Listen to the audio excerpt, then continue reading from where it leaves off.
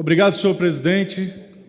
E quase que por ironia, toda vez que eu ocupo esta tribuna para falar do vilipêndio dos direitos de primeira geração e do atentado ao Estado Democrático de Direito, do total desrespeito ao devido processo legal, tenho a sorte de ter presidindo a sessão Vossa Excelência, deputado Pompeu de Matos, que, assim como eu, é advogado e deve estar horrorizado, assim como estou, absurdado, por conta dessa reiteração de desrespeito a direitos fundamentais que tem ocorrido no nosso país desde janeiro.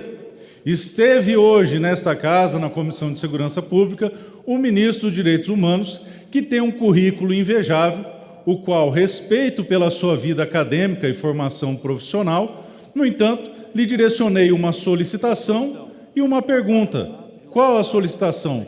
Que seja mais enérgico em relação aos desrespeitos e desmandos e afrontas aos direitos de primeira geração que têm ocorrido no país, em especial as pessoas conduzidas de arrasto, sem qualquer individualização de conduta, por conta dos episódios do dia 8 de janeiro, os quais eu não vou tecer juízo de valor. A questão é, as pessoas não podem ser conduzidas ao cárcere ao atacado. Não se justifica, do mesmo modo que não se justifica você parar um ônibus numa invasão de sem terra, botar todo mundo dentro do ônibus e levar para um estádio de futebol, um ginásio poliesportivo, onde ficarão por 3, 4 dias aguardando audiência de custódia. Não se justifica da mesma forma você pegar uma comunidade onde tem o tráfico de drogas e prender toda a comunidade, levar para um estádio de futebol e deixá-los lá por 2, 3, 4, 5 dias, esperando a audiência de custódia que, se e quando ocorrer, vai ser sem qualquer poder decisório do magistrado, com decisões pré-fabricadas apenas para o preenchimento dos nomes das pessoas, e isso aconteceu aqui, isso aconteceu no Brasil e está acontecendo. Ouço nesse parlamento denúncias de épocas em que no Brasil se utilizavam de inquéritos para punir as pessoas, processos que nunca terminavam e durante a fase inquisitorial pessoas eram presas à revelia do devido processo legal e isso está se repetindo hoje. Nós não podemos permitir esse descalabro, nós não podemos permitir esse absurdo, porque se vilipendia muito mais do que pessoas ou grupos políticos, se vilipendia a própria democracia, se vilipendia o Estado Democrático de Direito, um Estado atroz que invade a esfera da liberdade individual do cidadão e arranca dele seus valores mais primordiais, sem qualquer cuidado em respeitar limites que a Constituição estabeleceu.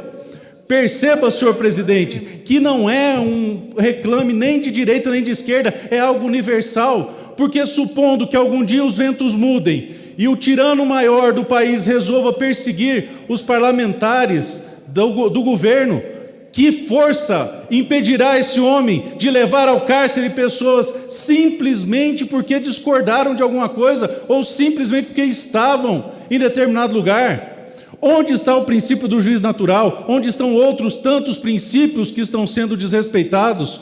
Ora, existem relatórios que dão conta que dentre presos naquele dia há crianças, houveram idosos, pessoas com comorbidades que até hoje estão lá e que levaram mais de um mês para receber medicamento de uso contínuo.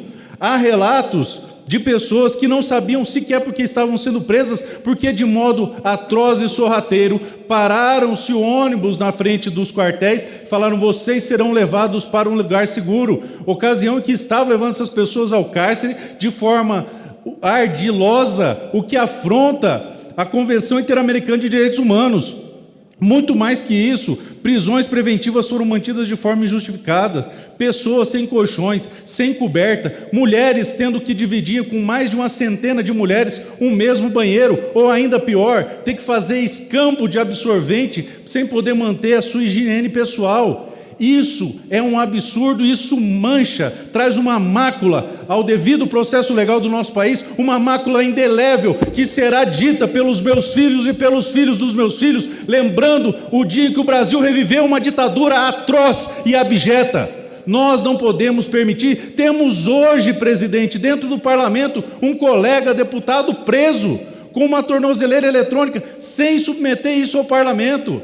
Isso é perigosíssimo, porque hoje é um colega de um determinado partido, amanhã pode ser de outro, e de outro, e de outro, e de outro. Se nós não nos levantarmos para defender esses direitos de primeira geração, se nós não nos fortalecermos, defendendo as prerrogativas desse parlamento, seremos subjugados, seremos ultrajados, caçarão a nossa voz, porque no primeiro dia pisam em uma flor, e nós não dizemos nada. No segundo dia, destroem nosso jardim, e nós não dizemos nada, até que no terceiro dia, o mais fraco deles entre em nossa casa, rouba-nos a luz, e por não termos dito nada, permaneceremos sem dizer nada. E isso é absurdo, isso tem que ser freado urgentemente. Eu tenho em minhas mãos uma lista de mais de uma dezena de princípios e direitos fundamentais escritos na Constituição Federal e nos pactos internacionais de direitos humanos que estão sendo rasgados nesse momento no Brasil, e isso é grave,